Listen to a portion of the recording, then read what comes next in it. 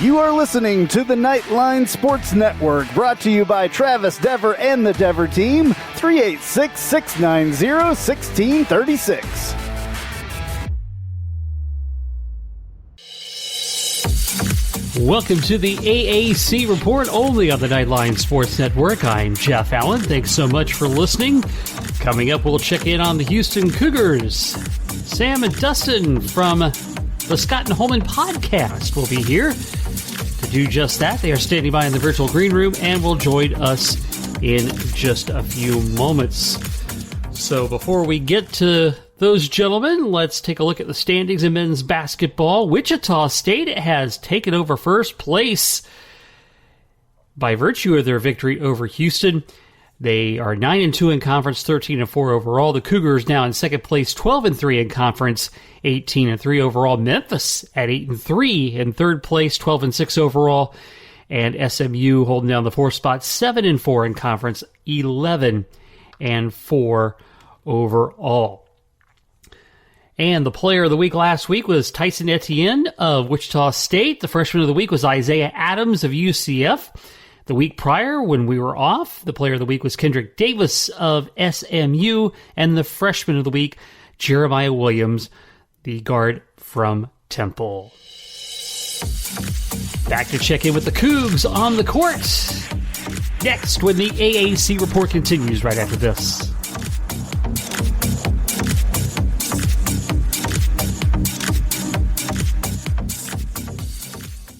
Hey, this is Travis Dever, Kai's Real Estate, the Dever team, New Smyrna Beach. Your source for real estate and everything else, New Smyrna Beach. Proud sponsor of Nightline. Call me anytime at 386-690-1636. That's 386-690-1636. Let me show you my hometown, New Smyrna Beach, UCF's favorite beach. Go Knights and charge on.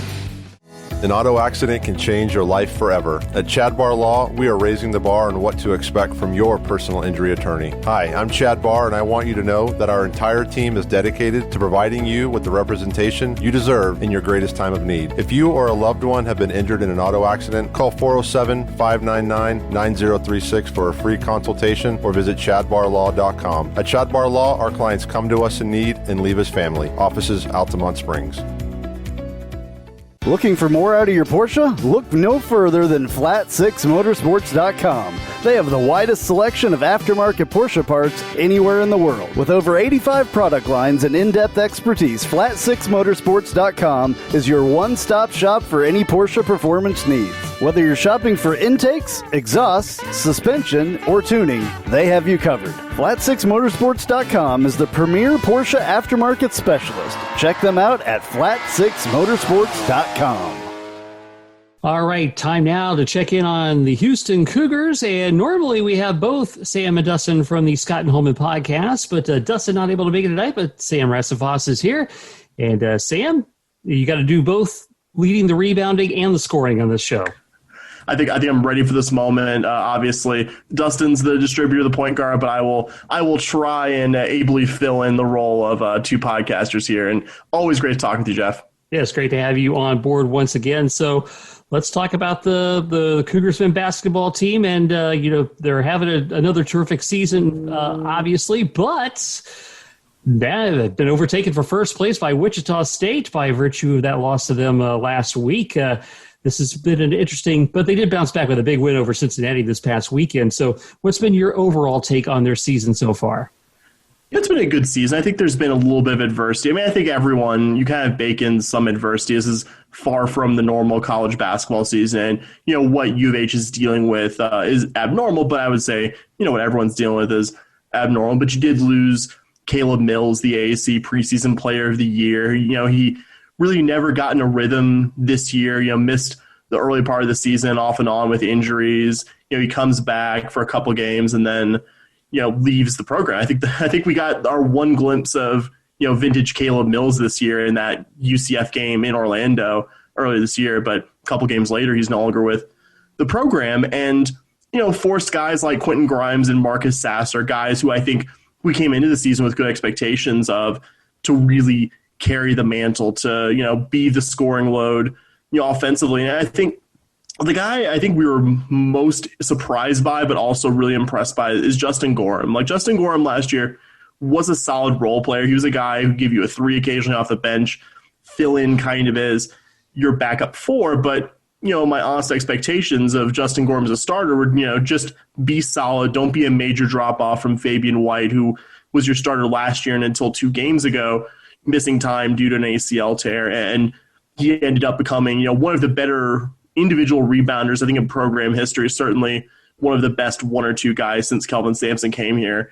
And that's high praise because the last, I think, 3 or 4 years, this has been one of the better rebounding teams in the sport. But, I think really the secret sauce for this team, I think the thing right now unanswered is how to bridge the gap between how this team plays at home, where I don't think it's hyperbole to say how the Cougars play in Houston is as good as anybody right now not named Baylor and Gonzaga, versus how they played on the road, where, we've had 2 losses in the last few weeks. Really, the ECU loss, I think, being the most head-scratching. I think the Wichita State game, you chalked it up to Wichita State being, I think, an underrated, very solid team, and a team very much playing for their tournament lives in a close game. And really that ECU game, and just being able to kind of bridge the gap between elite team at home and I think a team that really, not obviously a bubble team, but a team that plays kind of like a bubble team, or a team not of tournament caliber on the road. And I think that's really what a lot of teams are dealing with right now. And I think the Cougars have really shown some good stuff in the last month or so, but have also shown away from home that there's still work to do. Obviously, you're never, living as long as I have in as many Cougar basketball seasons, if we go back a bit, 10 years ago when we were both fans of Conference USA programs, I would have given a couple fingers to have a program that perennially is a top 25 team. And, one of the gold standards of consistently good college basketball. That was just very much not what Houston Cougar basketball was my first 13, 14 years of being a really dedicated fan of this program. So, but picking nits, obviously I think the next step for this team is play better on the road, capture some of that home court magic when the Cougars go away from Houston. And, of course, you mentioned Caleb Mills with his very short season this year. That just speaks to the depth of the team, because normally a team loses a player like that, it kind of shoots their season down the toilet. Yeah, it's most programs can't absorb that kind of loss. Certainly for many years, U of H wasn't the kind of program that could absorb the loss of one of the conference's better players and still expect to be a high single-digit seed and, at one point in the season, on the 1 and 2 seed. Probably maybe not so much now. I think they have some work to do to get back in the 2 or 3 seed picture there. But, I think absorbing that kind of loss says where you're at as a program. And, teams can't absorb that loss. Programs can. I think much to the light of this fan base here, Houston Cougar men's basketball has, I think, become really a bona fide college basketball program. Yeah, no question about that.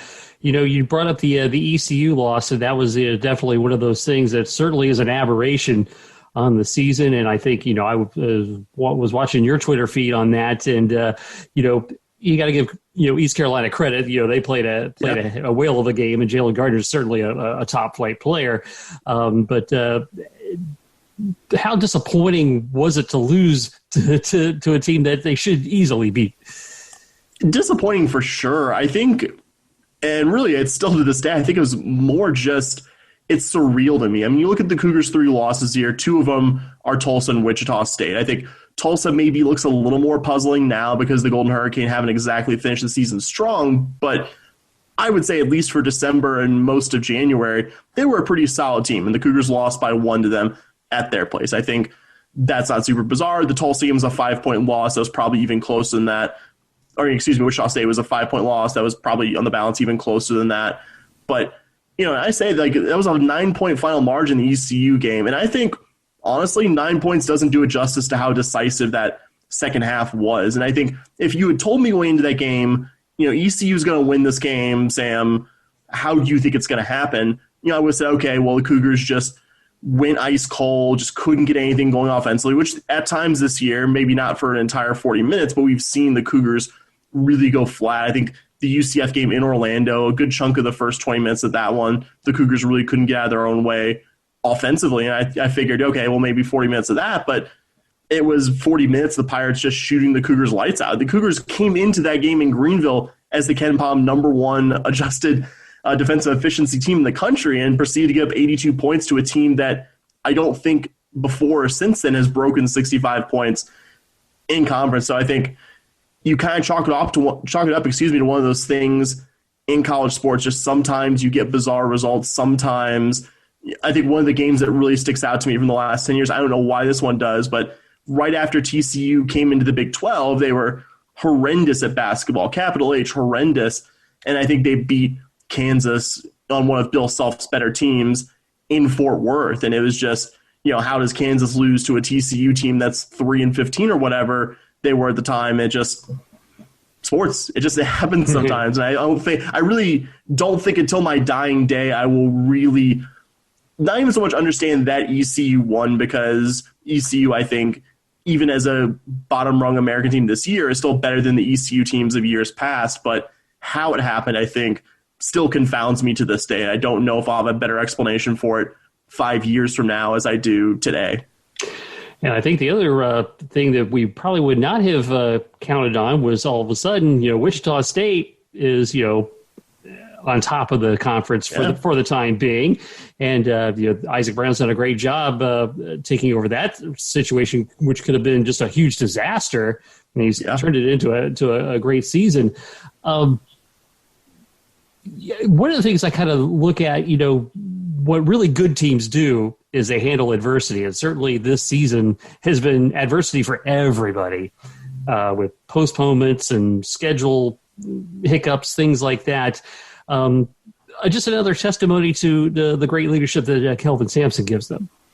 Yeah, our favorite stat, I think, of Cougar basketball the last 4 years is that Kelvin Sampson hasn't lost consecutive games of any kind since March of 2017, when the Cougars lost their last AAC, or they lost their AAC tournament opener, I think, to UConn, and then they lost their NIT opener to Akron. That was 2017. That was the last time the Cougars have lost 2 consecutive games. That's just how good a Kelvin Sampson team will come out after a loss. I think Sampson said in the post-game presser after Wichita State, he said, and I think it's pretty true, that head coaches really make their money off of losses and how their team responds and how they adjust to what they saw. And what the Cougars did to Cincinnati, I mean, this isn't vintage Cincinnati. It's probably Cincinnati's worst team since Mick Cronin's first couple of years there.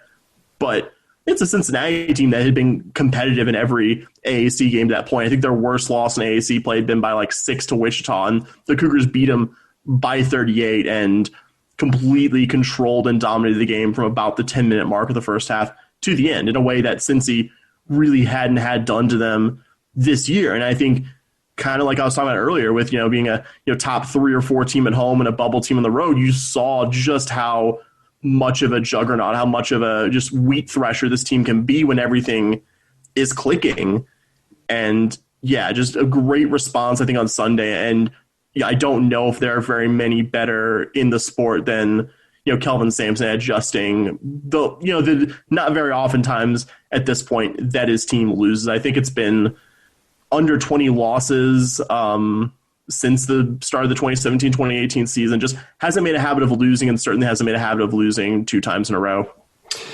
And just yesterday announced that Quentin Grimes has been one of the 5 finalists for the Jerry West Award. That goes to the top collegiate shooting guard. Certainly a great honor for him to be nominated for that opportunity, and speaks to what he has done for this season.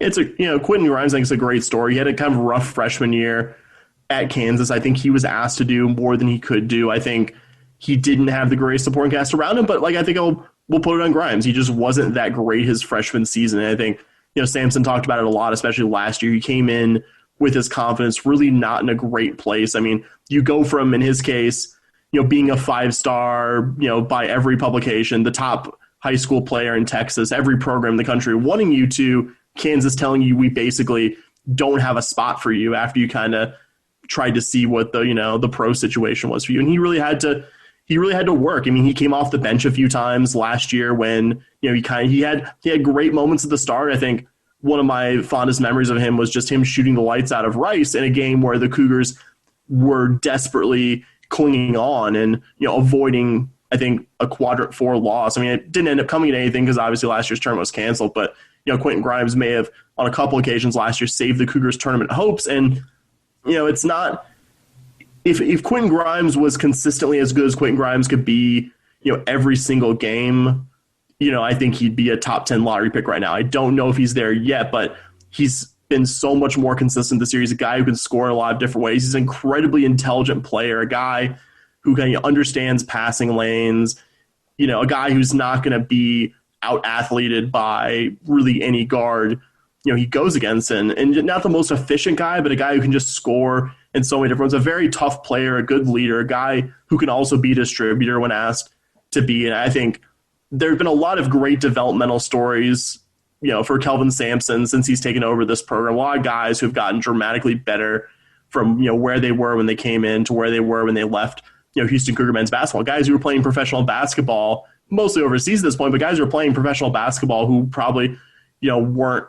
great odds to be playing professional basketball when they came into the Cougar program. But I don't know if there's any better than Quentin Grimes. And he's really a special athlete. And I do think that this is probably the last season we'll see of him because he's taken that step up and because he's, become the kind of player who can be the frontline leader for a top 10 team. And as we head towards the home stretch and towards March Madness, how do you see the rest of the regular season going? And is this going to come down to, Wichita State and Houston, obviously, for the conference regular season title? I think the Cougars did get, I think, their toughest, test in Wichita out of the way. I'll be curious to see what games get made up and don't. There was supposed to be a game in Houston against Memphis.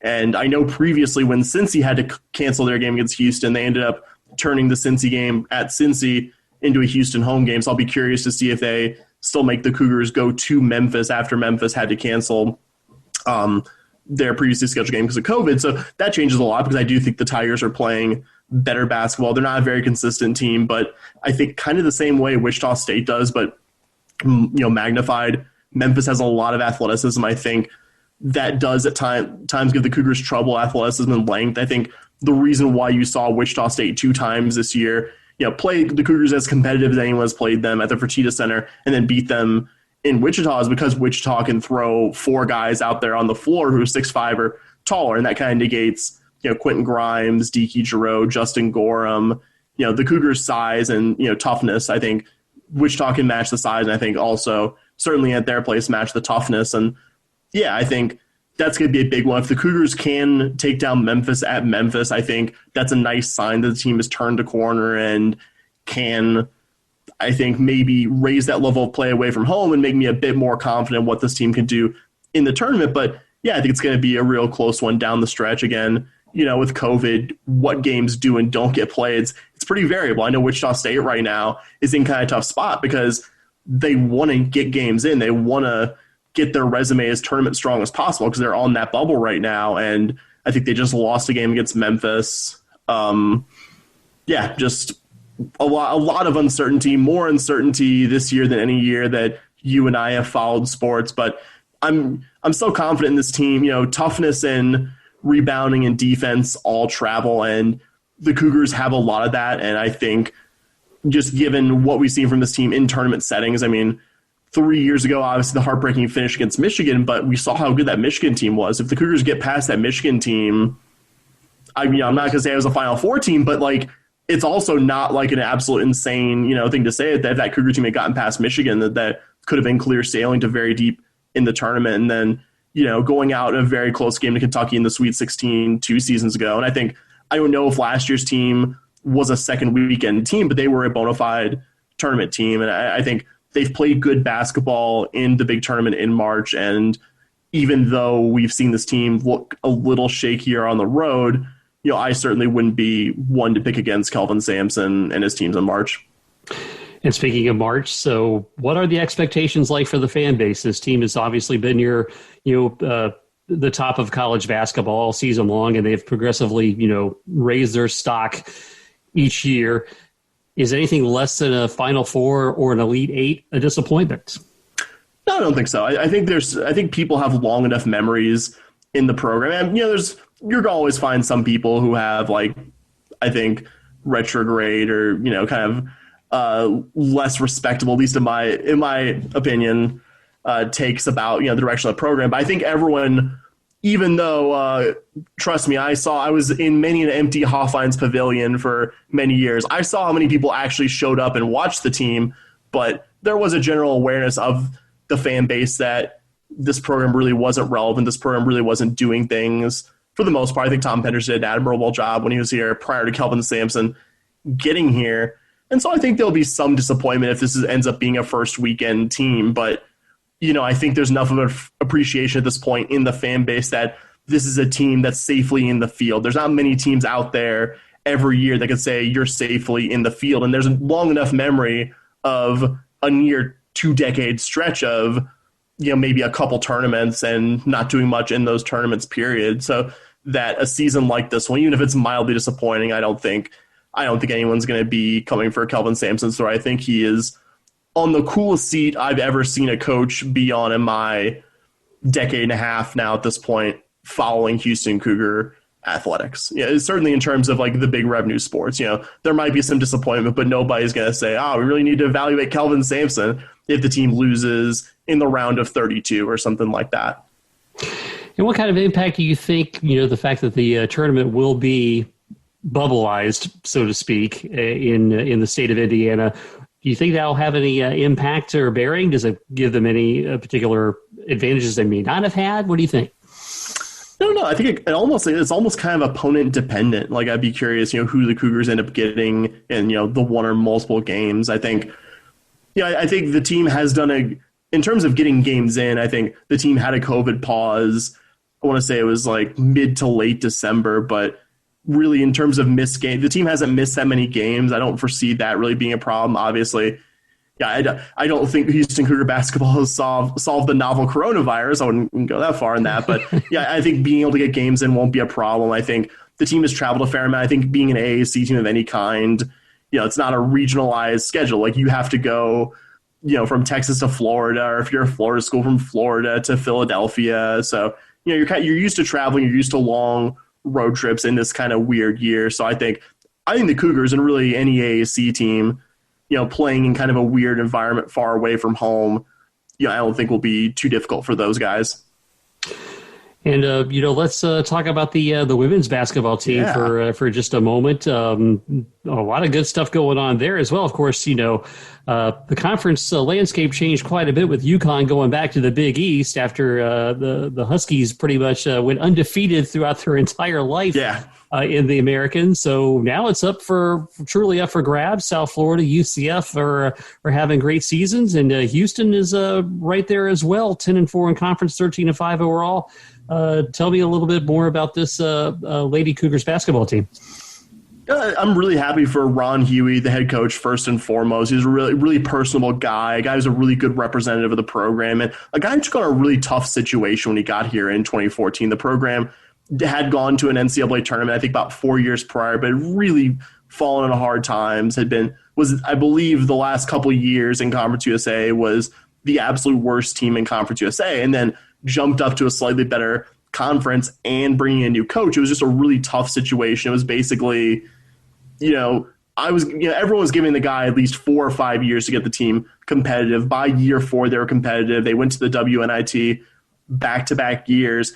And then last year, kind of an uncharacteristic season. I think the staff kind of gambled on 3 transfers, a couple of whom I'm going to mention here in a second because they've been quite valuable to this year's team. They kind of gambled on those players being available this year. Ultimately, the NCAA said no, so the Cougars lost those players. The Cougars lost their frontline guard, Jazz Harris.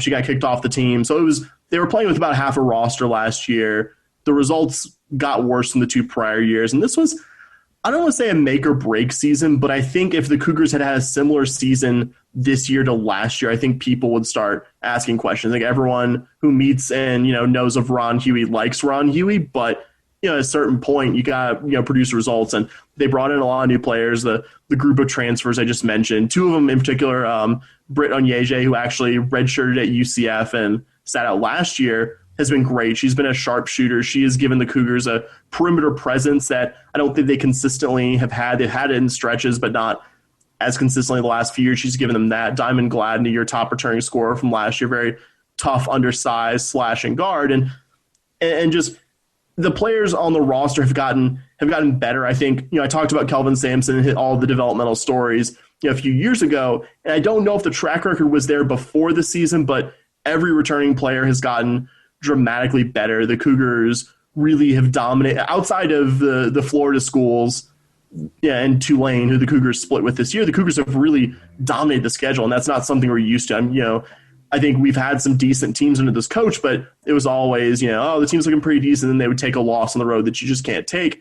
And the team has been just quite good this year at not taking bad losses. Obviously, lost both the games to UCF, but UCF looks quite good this year. Lost the first game against South Florida in Tampa, and the rematch this weekend is going to be really exciting. It's going to be, I think, without exaggeration, the biggest Cougar game of any kind in about 10 years since the last year's the Cougars went to the NCAA tournament, and that's really exciting. I think that's what Ron Huey came here to do, is to make this program a team playing significant games in late February and March, and I think it's been successful in this regard, and it's really exciting because basically the entire roster, except for one of their better bench players, Erica Sidney, who I don't want to diminish her accomplishments. She was also part of that group of transfers. Also, Maya Crump, who was the one-time Southland Player of the Year at Lamar. She's been quite good in kind of a point forward role, and replaced Julia Blackshell-Fair, a really talented multi-year starting guard who tore her ACL against Temple. So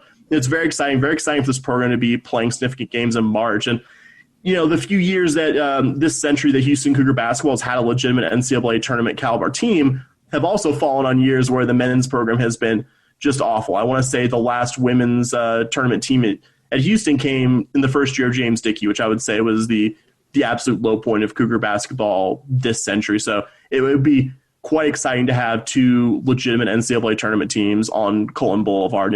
It would be, I don't know if it's been a first. I haven't done my research that deep yet, but it will be the first time in a very long time that both programs were, legitimate teams playing in the big tournament in March, and that's very exciting. Well, one thing's for sure, we know that the women's conference basketball tournament this year will actually have some drama.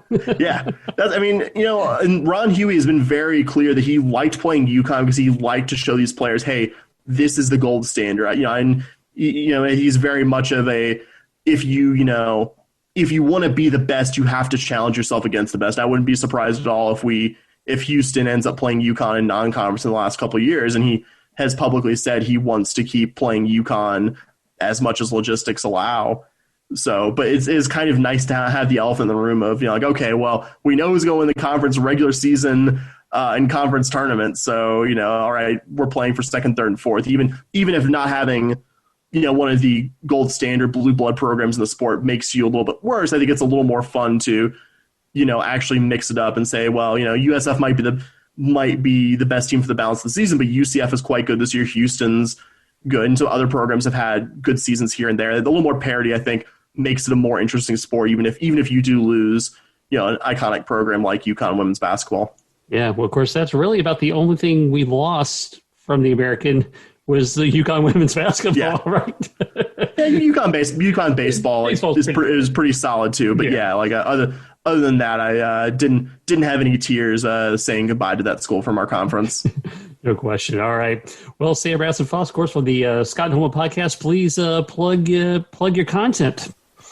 Thanks, Jeff.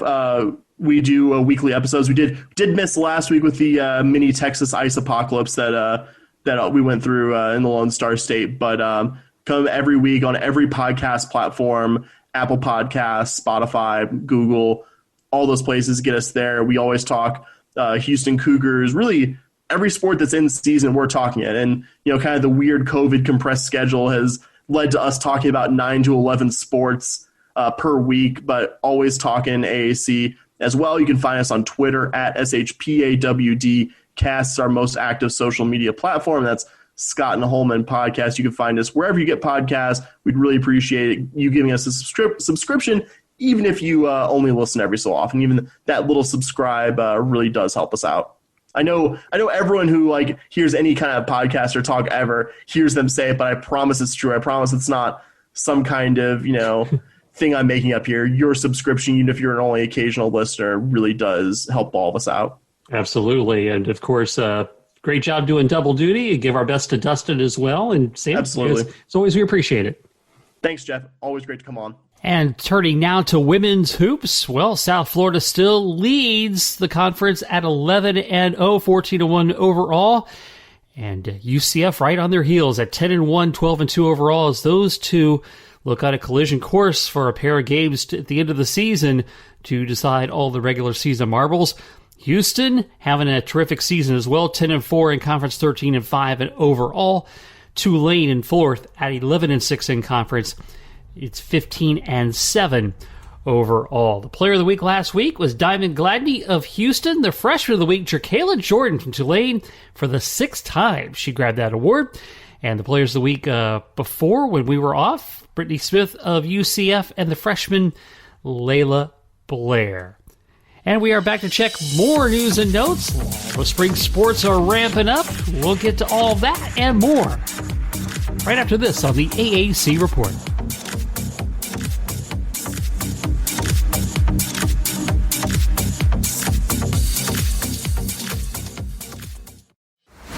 Hello, Night Nation. This is Andrew Fagley reminding you to tune in every Tuesday night, 9 to 10 p.m. on WDBO 107.3 FM and AM 580, plus the WDBO app for Nightline at Night. Brought to you by Chad Bar Law. We'll be taking your calls and your texts reacting to the previous week's UCF sports action, and you never know who will show up. Once again, that's Nightline at Night, every Tuesday, 9 to 10 p.m. on WDBO 107.3 FM and AM 580, plus the WDBO app. Go Knights and charge on.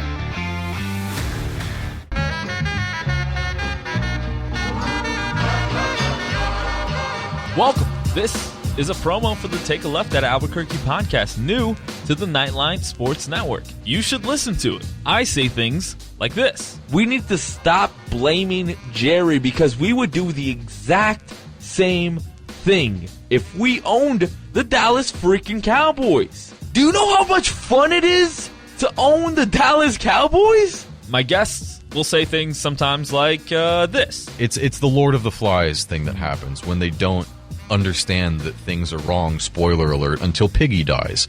Lord of the Flies has been out for like 100 years. I don't even know. Sorry to everyone at home who I spoiled the book for. A book's been out for like 90 years or something. And sometimes, rarely though, I'll say really stupid things like this. If they don't make it out of the West and the Raptors get to the finals, I will go on either this show or whoever's show and say that Kawhi Leonard is overrated because I have too much evidence of it. New episodes drop every Friday with me and some of my good friends right here on the Nightline Sports Network.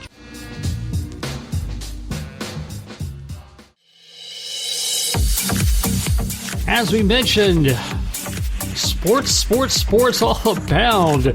Lots to get to. Let's start off first with women's soccer. The player of the week on offense is Ellie Marino from UCF. The defensive player of the week is Paula Leblick of South Florida. And the goalkeeper of the week, Cameron Stableton of Temple. The rookie of the week, Char Han of South Florida. The week prior, the offensive player of the week was Mallory Olson of UCF. The defensive player of the week, Carson Parker of East Carolina. The goalkeeper of the week, Maeve English of East Carolina. And the rookie of the week, Viviane Bassett of South Florida.